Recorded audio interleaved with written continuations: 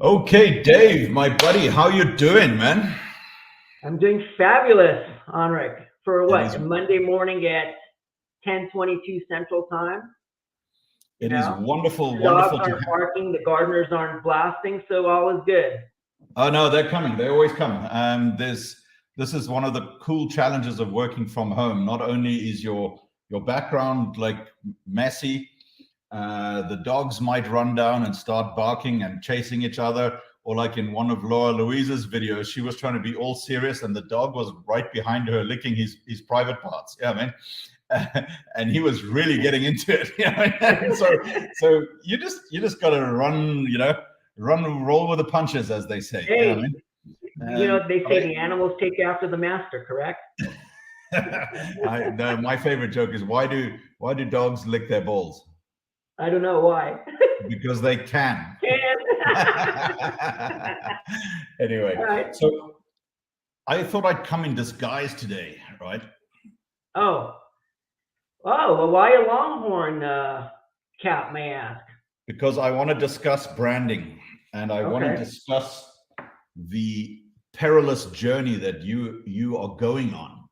So for those of you guys that don't know Dave, he is I don't know, I call him a snag, a sensitive new age guy, a guy in the real estate and investment business from the West Coast, Los Angeles originally, where we became friends.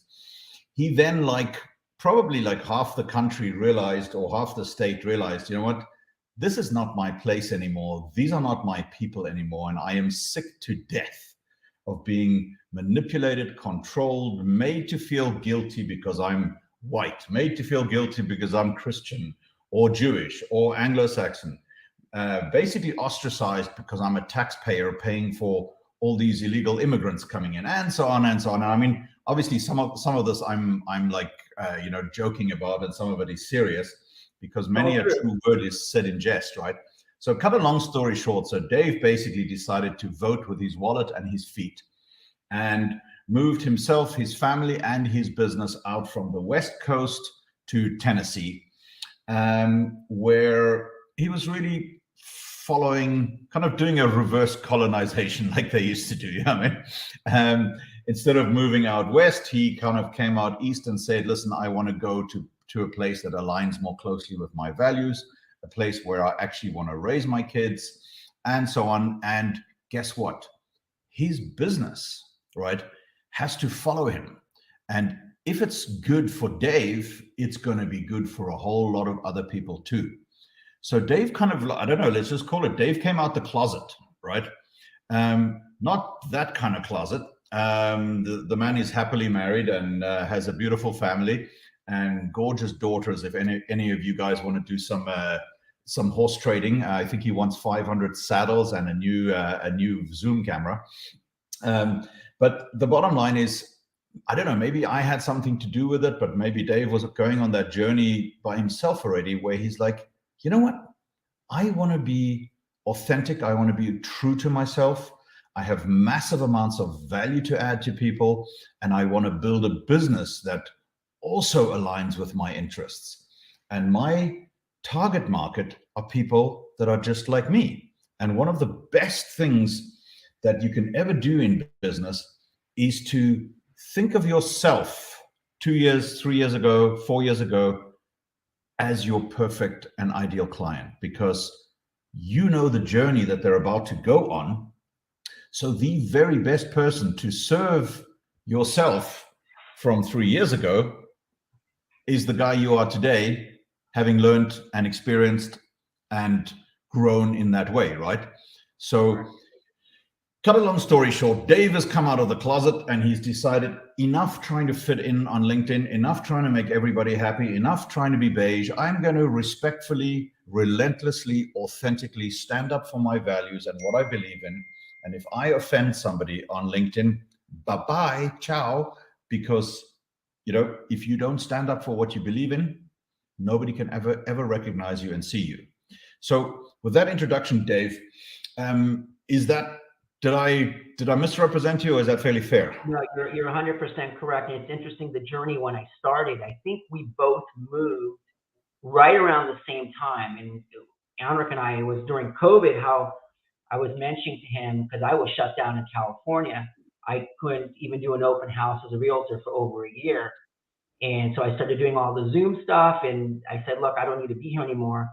And Anric and I started talking about, all this crap that's been going on. And I started getting more into LinkedIn at that point, and I started seeing what was going on in the world. And I said, you know what, I'm out. I'm getting out of California, and I've had enough. And so, as a realtor and as in politics, they always say you shouldn't talk politics. It doesn't mix. And that was kind of the taboo.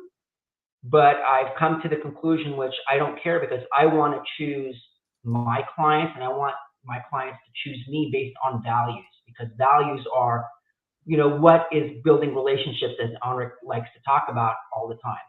And look, if you don't believe in my values, that's fine. We can agree to disagree, and we can still work together. But if you don't want to, that's great too. But that was my shift and my mind shift. And I think Anric was always talking about, what is your perfect client? Who are you looking for? And it kind of started sparking the little wheel in my head going around. And I give Anric all the credit, to be honest, with all you people I'm talking to right now, because he got me along. That light bulb went off with his direction of pointing me in to, okay, who is my perfect value client? And that's where the trajectory started of saying, okay, I'm 53 years old right now. I don't need this bullshit anymore, excuse my French, but I want to work with people who have the same values. And, I'm the conservative value realtor. That's what I am. And I have now, not only am I still licensed in California for people that want to sell there, I'm licensed in Tennessee, but I'm now I've built a network in 16 red states for people that want to move. If they don't want to move to Tennessee, well, if you want to move, let's say, to Texas, to the great state of Florida with Ron DeSantis, if you want to go to Idaho, to Wyoming, I have a network of conservative-minded value realtors who have the same values as I do, that I can put my clients in touch. So, when Anric and I got started, he said, "Oh, you got to think bigger, outside the box." And I said, "Anric, I always looked at real estate as a localized area." And he said, "You're wrong." He goes, you gotta think differently. And once he started putting that seed in, I started figuring out, okay, well, I can still network with all these great conservative value realtors such as myself around the country, still get a piece of the pie, but still helping that person who wants to escape like I did. I can show them the way because I've done it. I'm in their shoes. And I can really, the hardest thing is the first instant that you say you want to start doing something, if you don't start jumping on it and you take a step back, the fear takes a hold of you. And you stop. And, so here's the interesting thing. Sorry. Let the fear take a hold of you. You can do it. Sorry for all the clicking in the background, but I was trying to find this. Let me just open that up. There you go. There we are, meeting up. I'm a lot heavier there, man. My diet must be working. Yeah, you're looking good, man. You're looking really good. So anyway, I got 15 pounds. I got 30 more to go. Here's the four of us with dogs meeting up somewhere in the middle of nowhere. Yeah, I mean. That was in Tennessee, and that was exactly the time that it's funny because we both moved at the exact same time, and Anric's like, "Hey, I'm on the road." I'm like, "Great, so am I. Where can we meet up?"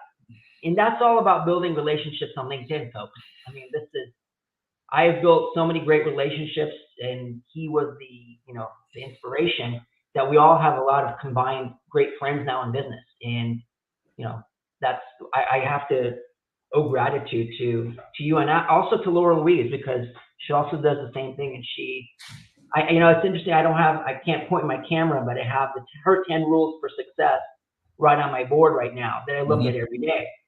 And the first one is raise your standards. So that's something she talks about as well.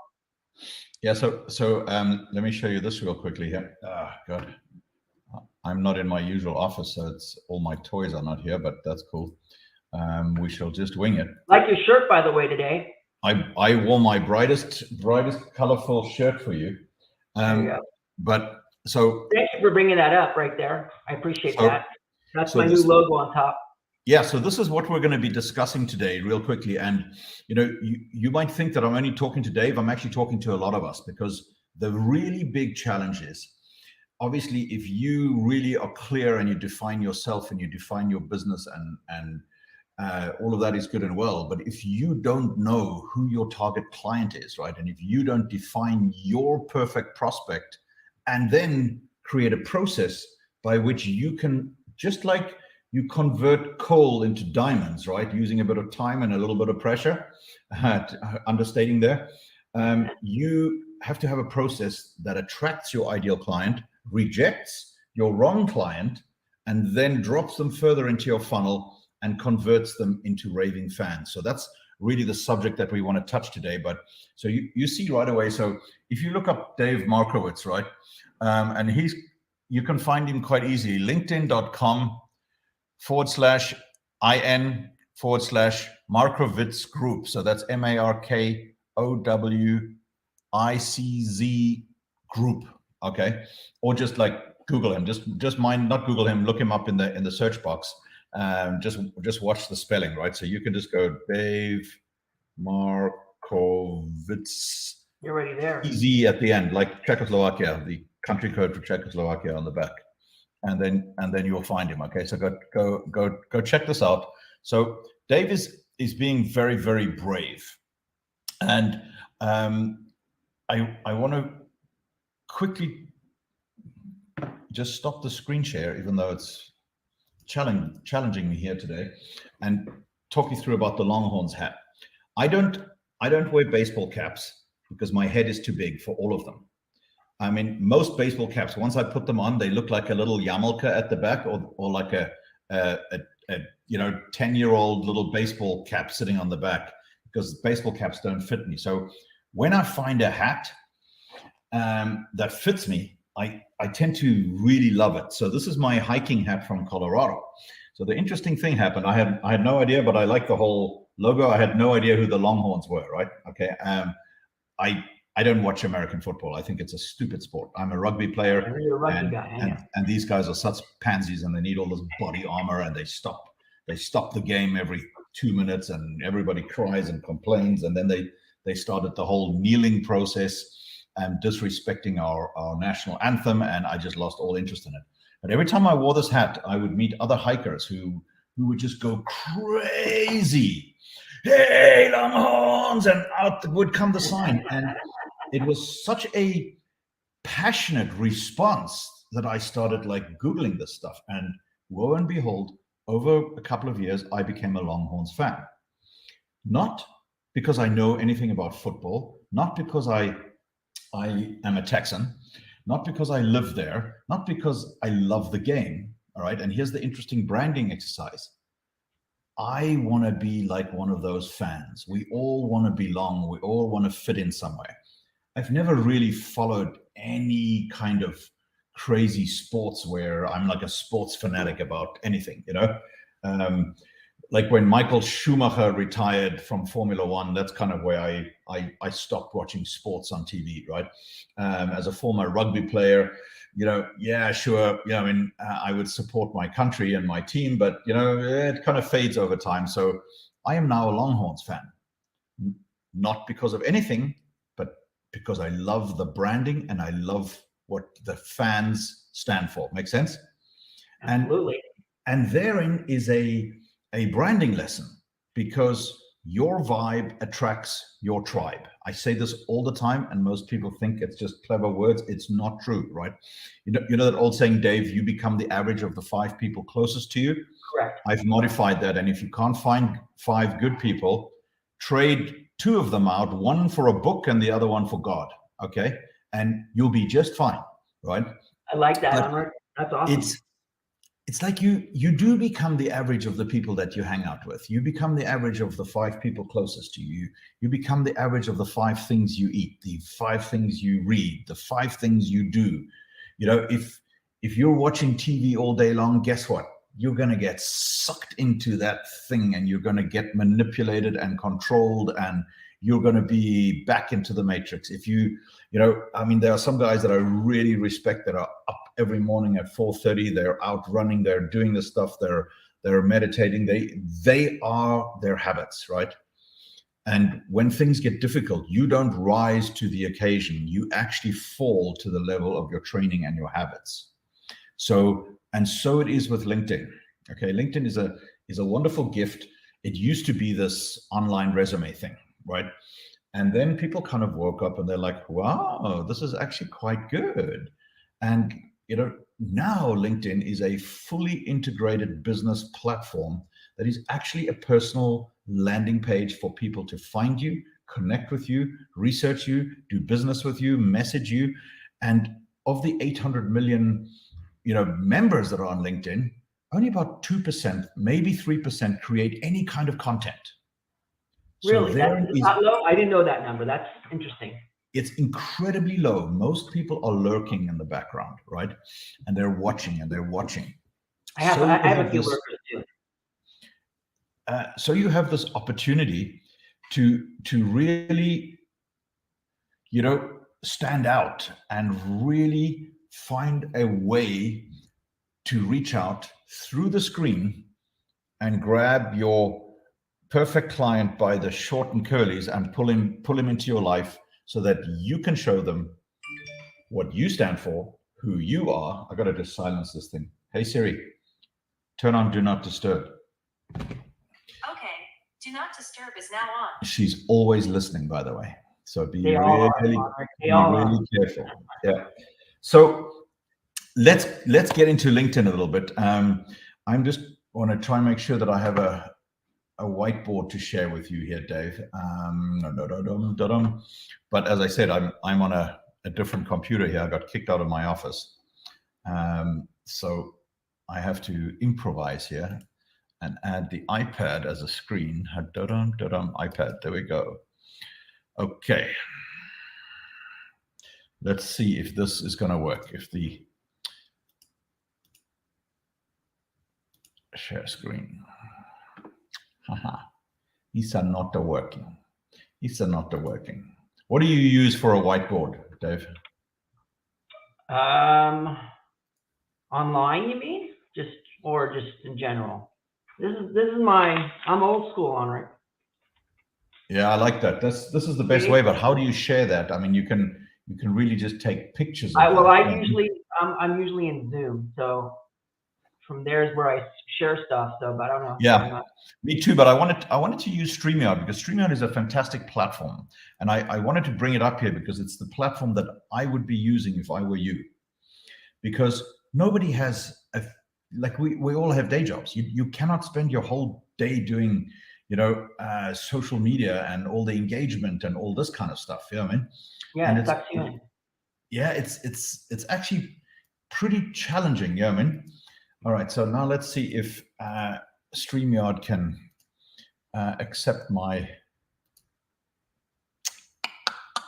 Nope.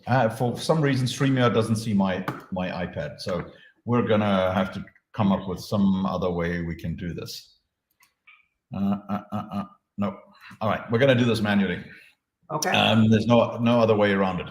Let's go old school, Anric. Come on. You don't have your big white thing behind you with all those missing markers. So. Yeah, I know. I really I find if I'm not scribbling on a board, my brain is not working. So you're gonna do it on your yellow pad. Okay. So and write it in a way that you can show it up and show the screen. And I will do the same, and then we'll go from there. So if you want to figure out your LinkedIn success plan, right? What you want it to look like is like this, and I'm going to illustrate. Strategy multiplied by content, I'll show you in a second, plus engagement to the power n. I'm going to lift it up and hopefully you can see it. Does that, can you see that? Yes. So my LinkedIn formula is strategy multiplied by open brackets, content plus engagement, close brackets to the power n. And there's a reason why I have it like that. Because if you don't have a strategy that attracts your ideal client, rejects your wrong fit client, drops them further into your business funnel, where they can go deeper, they can experience more. Whilst you're sleeping, they can go watch a video, they can see a couple of videos, they can get to know you, they can engage with you, they can see how awesome you are. They will see the real Dave Markowitz stand up for what he believes in. If they find that offensive and they would much rather wear masks indoor their house or wear masks inside the car when they're there by themselves, okay? And your latest video is going to offend them, bye-bye, bye-bye, because those are not your kinds of people, right? Correct. Now, this has been one of your most successful posts ever, by the way. I think it is. I think I checked this morning, was like over 14,000 impressions. Maybe it's higher at this point. Yeah. So for those of you that don't know what he's talking about, it is this one. Right there. Hopefully the sound will carry through here. Honey, someone's going to the house. Okay, Someone's going to the house. What do we do? What do we do? What do we do? Oh, you call Pops. I'm gonna call Pops. We're recording you. No. It's okay. I'm just your neighbor. Coming by to say howdy. Here come the dogs. Oh, sorry about that. Hi. Yeah, we're not used to people stopping by to say howdy without assaulting us first, robbing us, or defecating on our lawn. Sometimes all three. The trifecta. We're from law. So anyway, the thing is, I sent this to Dave actually. I'm guilty for starting this storm because I felt Dave was ready. Dave was ready to start poking fun at the thing that is causing people to move. And many a true word is said in jest, right? And when you bring a humorous note to things, which is true to Dave, he's very funny and he's got a really good sense of humor.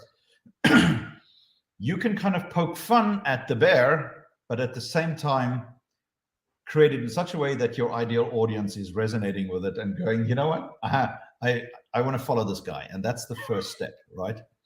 And once you start following people, then you start, I mean, you must have gotten a few connection requests, right? In the last few days. It's been, since this went out last week, I've met a lot of new people, referrals, even other realtors in different states that wanted to do business with me at this point.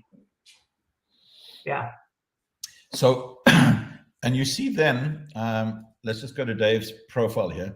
Then you see that he kind of followed it up. So he's doing a bit of the Anric Blatt style of, okay, so now here is something cute and sweet, and there are some golden retrievers.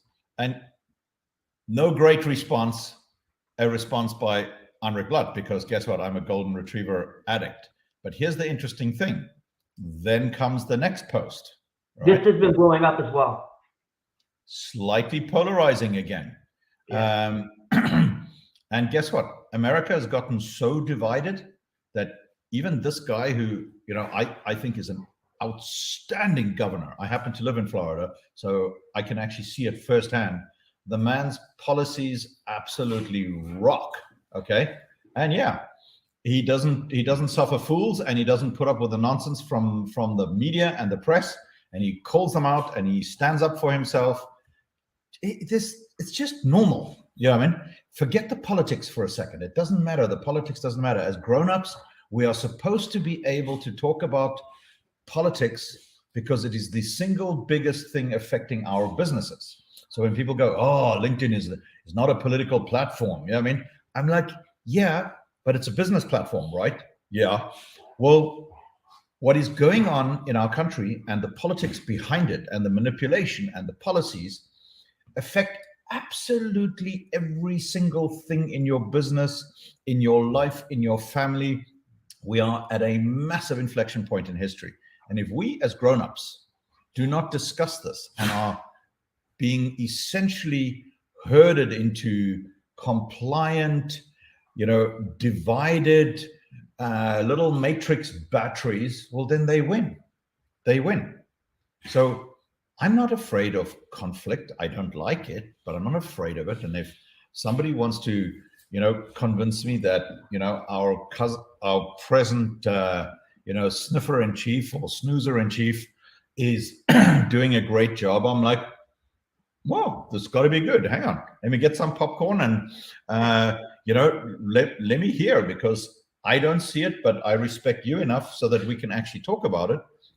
And let me learn. Maybe I'm just watching the wrong media, right? So I don't think you should be afraid of it. But in this world that we live in, there is this cancel culture, this woke culture, where basically, if you are some kind of weird minority, you get celebrated, you get lifted, you get raised beyond everything. But if you are a full-blooded American with a business and a family and an opinion, and you're paying taxes and you're legal, and God, man, you just get crucified, right? And the last time I brought this up, I did it on a LinkedIn Live. My objective was actually to lose 10 of my woke followers and gain 30 new followers, right? I lost 7 followers immediately. 2 people blocked me, and I gained 300 followers. Okay. And it shows, Dave, you are not alone. And the fact that you have the courage to stand up for what you believe in, even though it's quite dangerous, right? If you speak against the LinkedIn machine, it might just cancel you. There might be some guy, let me just try and kill the screen sharing. There might and I'm aware of that.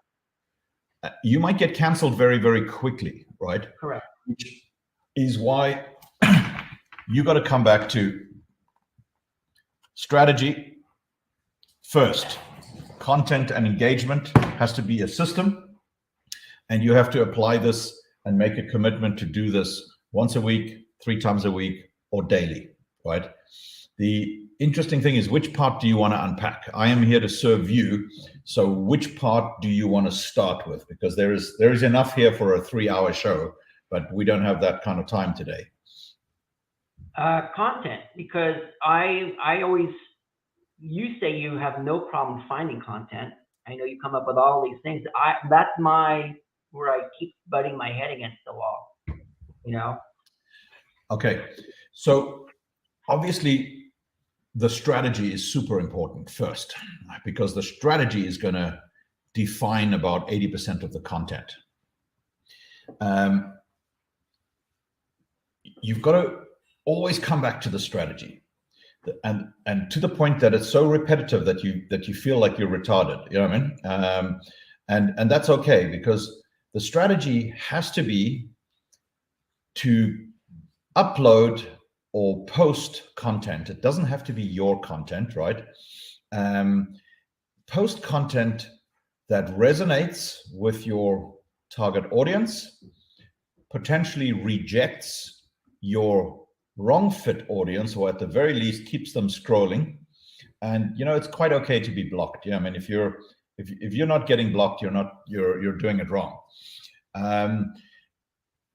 But the content has to fulfill. Just think of your own feed, right?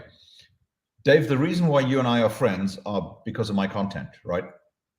Yeah. Yep. You found something, it resonated, you put in a comment, I responded, and so on and so on. We did that 3 or 4 times. I then invited you into my inner circle. I invited you to an event, a discussion, a live Zoom, something like that. I poked fun at you. I engaged with you. I pulled you back in. You got upset with me. You left me for a while. Then you realized that you were missing me. Then you came back. Then I realized, hey, I like this guy, Dave. You gave me a wonderful testimonial. I gave you a testimonial. And it's been a bromance ever since, right? To the point that now we're looking for an excuse to do business with each other. And if I can't do business with you, I can certainly send you people who can do business with you. And vice versa. So that's the key. So not everybody has to do business with each other, but there's such a big family here that our goal is to help each other, because that circle eventually will turn back to you from somebody I push out. Exactly. That's the way the circle of LinkedIn works. So now with that strategy being in mind, right? And I wish I could share my screen with you, but I will just draw it up real quickly, and it's going to look like a bunch of boobs, but that's okay.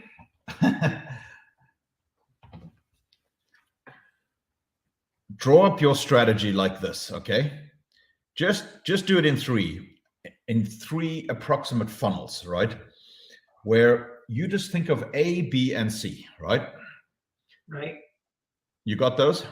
Yep. So A at the top is I call this the garden of content, right? And this is where you're going to create a bunch of little posts just like this, okay? Those are strategic 5 or 6, maybe maximum 10 strategic pieces of content. Think of it like this, Dave. Have you ever been to one of those beautiful Japanese gardens? Yes. It looks like this beautiful thing, but there is a path and a walkway that goes over a little bridge. Then there's a little place that you stop. Then there's a little reflection bench. Then you see these beautiful trees and you walk around, and it's this very strategic journey that allows you to go and see these little pieces of content, right? And like that, you should have 10 maximum. You don't need more than that. Strategic pieces of content that you want your ideal audience to know about you, to see about you, to be aware about you. And you will find that some of them happen by accident, like this last video post. But that is literally something you can post every month. People have very short memories, and every now and then you get some jerk. I had it 2 days ago. My rant post about Kylie Jenner and how we support, every celebrity, but we don't support our buddies, right? It's actually one of my real pet peeves in the world. So I reuse that post with a different image on it every now and then. And yes, you will get the idiot who goes, "Oh, you ranted about this last week. It wasn't last week. Isn't it time to rant about something new?"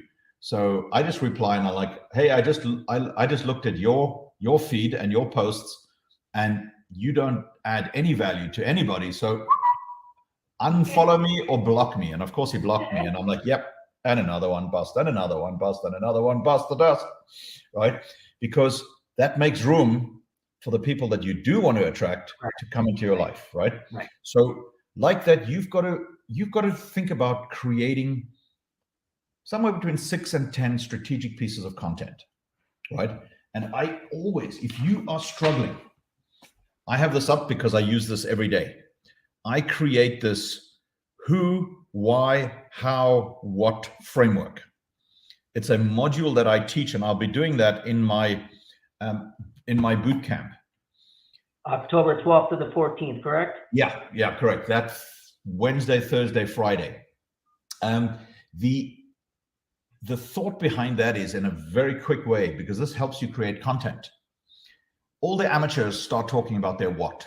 They start talking, "This is my fund, this is my real estate company, this is my this is my widget, this is my cup, blah, blah, blah." And people don't give a shit. They really don't care. And then a few enlightened souls have watched Simon Sinek's Find Your Why video, which is very good, by the way, but it doesn't actually help you, because who gives a shit about your why? And that's so unique to you. And I'm like, yeah, okay, big deal. But you start talking about your who. You start really talking about who it is that you want to serve. And if that's on top in your content, and that is 1 out of every 4 posts, not only will you constantly create new content, But as you're walking through, so think about these, right? These dirty glasses, these are my who glasses. All the time, I'm scanning through the world going, who, like Grant Cardone always goes, who's got my money? Who's got my money? Yeah, I mean, that's unique to him because that's how he's identified that somebody's got his money and he's going to go and give them something so that they give him the money, right? And, you know, bless him. He's not my cup of tea, but I absolutely respect him because he's got his system that works. Right. And like that, I am constantly scouring the world going, who is it that I want to hang out with? Who is my ideal client? Who is it that I want to serve? Who is it that I don't want to serve? Who is it that I respect? Who is it that annoys the crap out of me? Who I'm in the who mode all day long. And once you turn that on, it takes a while for those glasses to see it. You suddenly see all this great LinkedIn content around you. So I could literally, just looking at my desk here, I could create 20 LinkedIn posts because I'm focused on the who. Make sense? Yes. So once you do that, you can create this, and I'm going to bring it back up again. You can start creating this strategic LinkedIn content. And there is, obviously, I've got workshops that show you how to do that because you don't want to create content that is penalized by the algorithm and all that kind of stuff. But you want to create a system. It's like when I was a kid, I loved the video game Pac-Man, right? And I would play Pac-Man and the bloody monsters would get me. And then eventually I'm like, you know what? I am going to figure this out and I'm going to figure out a system for me to win at Pac-Man, right? So if you look at it like this, right? Just watch this for 1 minute.